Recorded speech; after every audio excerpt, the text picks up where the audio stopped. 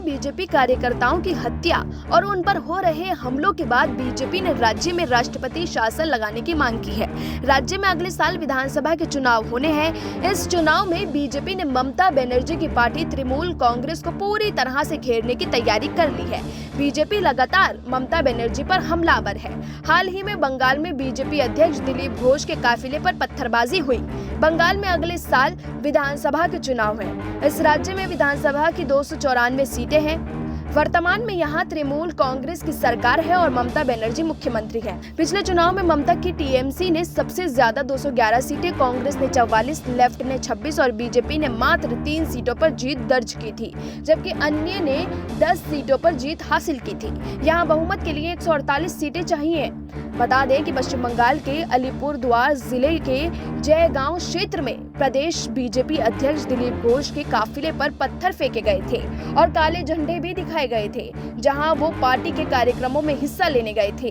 गोरखा जनमुक्ति मोर्चा के कई कार्यकर्ताओं ने घोष के काफिले पर नारेबाजी की और पत्थरबाजी करते हुए देखा गया, जो उन्हें वहां से चले जाने को कह रहे थे।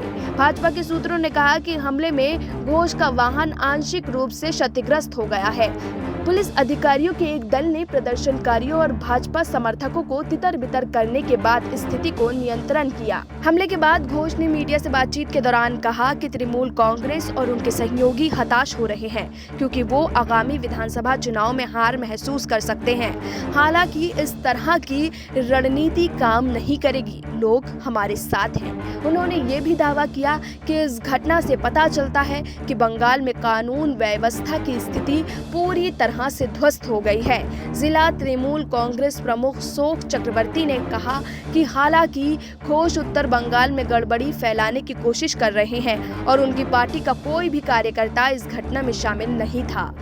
वहीं भाजपा प्रवक्ता गौरव भाटिया ने पश्चिम बंगाल में भाजपा कार्यकर्ताओं की कथित हत्याओं के लिए तृणमूल कांग्रेस को जिम्मेदार ठहराया। उन्होंने कहा किसी तरह सत्ता में बने रहने के लिए ये हत्याओं का खेल खेला जा रहा है।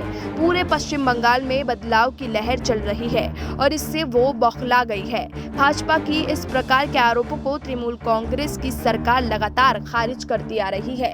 कई भाजपा कार्यकर्ताओं का नाम लेते हुए भाटिया ने आरोप लगाया कि सभी की हत्या राज्य की सत्ताधारी पार्टी के इशारे पर की गई है।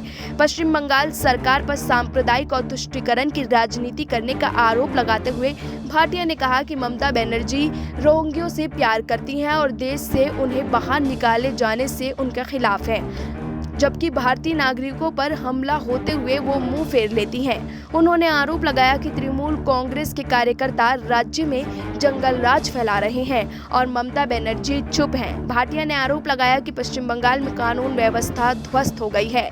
Bureau report SPN 9 news.